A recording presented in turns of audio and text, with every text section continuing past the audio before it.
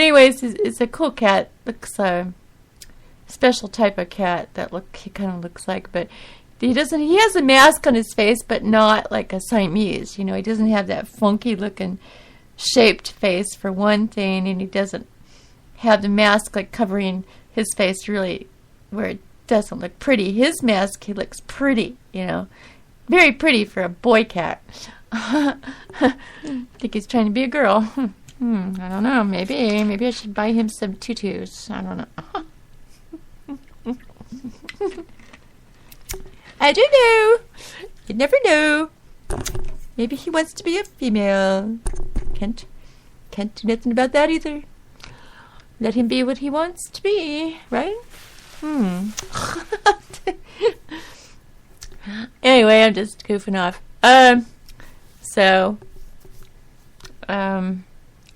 What should I talk about next? I don't know.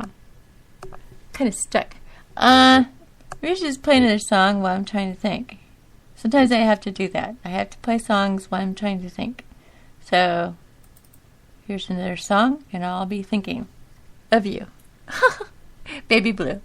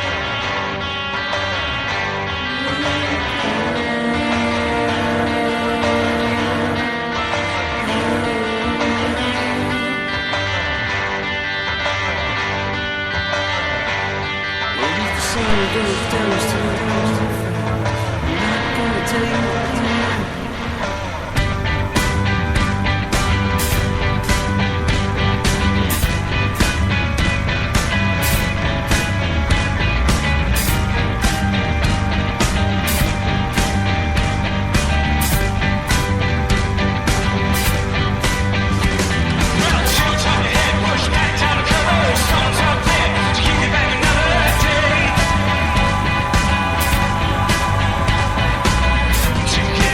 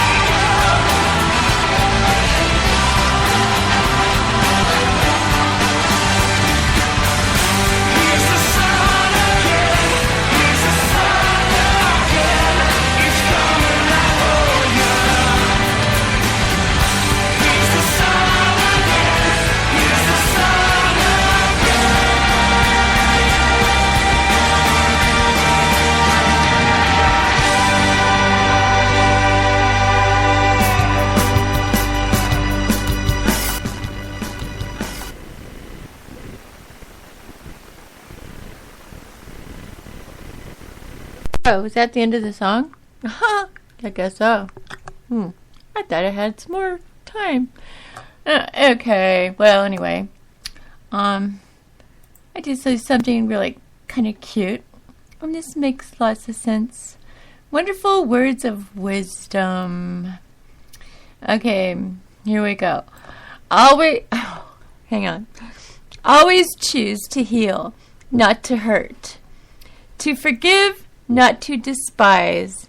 To persevere, not to quit. To smile, not to frown. And to love, not to hate.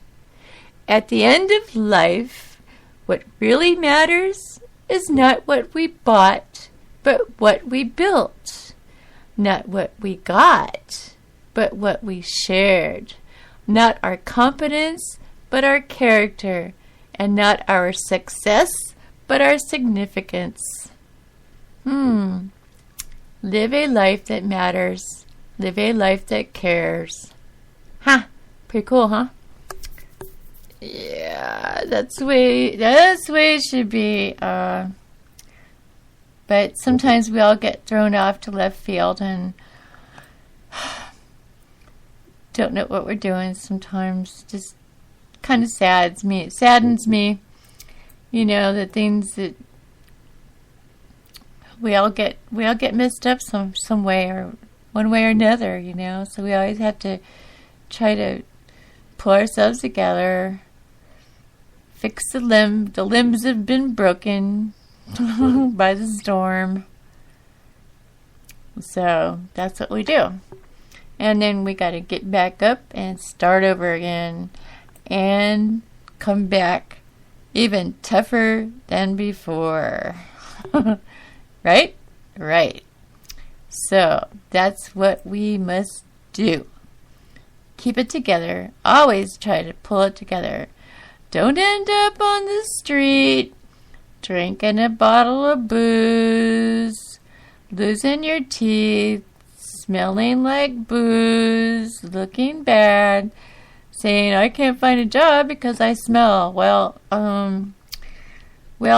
those people, which are homeless people, which we could all end up someday or one day, is usually because something bad happened to them. Like they lost their job. Maybe they lost their job. Their wife left them with some guy, took off, and they lost their job. And they lost their permission to see their children or something. Or they lost their car and they just lost everything. So what happens to them then? Well, if their friends aren't very good friends, well, they probably just end up on the street if they don't have friends or family. So then what happens? They go downhill real fast. Some people can't deal with it very well. And that's why they end up the way they do. One time I saw a guy at a park down the street from where I live now. And he was homeless, and he had a dog with him. Poor dog, huh? He was homeless, and I sat down at the bench, and I talked to him for about, 25 minutes or something. And we just talked. And I just gave him good options to follow, and maybe he did it, maybe he didn't. I was trying to give him options of how to get a job, how to get help, where to get help, for food and place to live and stuff like that. He probably already knows about that stuff, maybe doesn't even care. But I did take the time to talk to him anyway. Sometimes you have to take time with people like that, even if they smell or they look bad. Don't kick them around even more and treat them like crap because you think that they're just a low-life scum and they have no business here on earth with the rest of us perfect people. No, I don't think so. Don't work that way. I don't see it that way. It just saddens my heart to see people in distress like that. And literally, they're in distress, before I've given these homeless people, I give them food sometimes, like if I'm at a restaurant or something. Or, I'll give them food. I won't give them money because they might possibly just go buy more drugs and more alcohol. But if you give them food right there on the spot, believe me, they'll sit down and eat it. So at least that's a plus right there. It's always good to help people when you can. I've helped a few people, people that almost died, and I've helped them. And one guy drank too much, and he came home, and he, his food and alcohol and everything came up on him, and he was laying on his back. And the first thing I did was turn him over on his side so he wouldn't, suck it all back down into his lungs and die.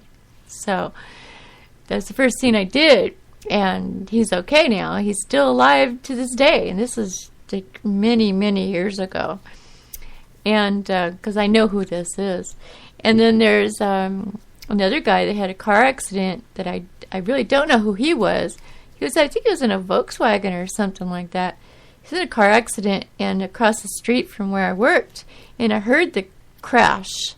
So I just dropped everything I was doing. I went running out to the vehicle crash and saw him. He was sitting there at the wheel, and looked like he was trying to go in and out of consciousness, and he was bleeding. And I just grabbed his hand, and I just kept talking to him till the ambulance got there. I screamed to some people. I said, "Call an ambulance now, call an ambulance." So they did. And I just stood there, and I held his hand and just talked to him and talked to him and talked to him till the help came.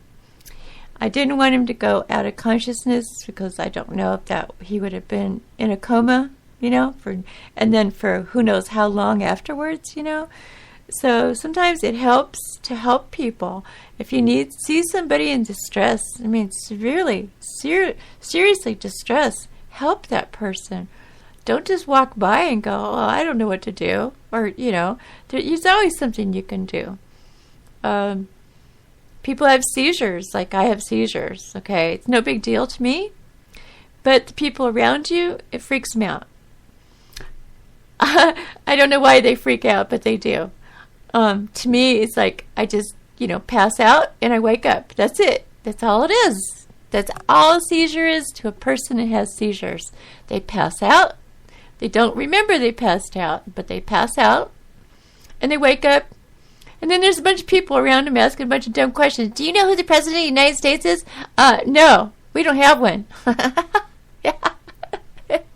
But no, we have a fake one. No, we got hijacked.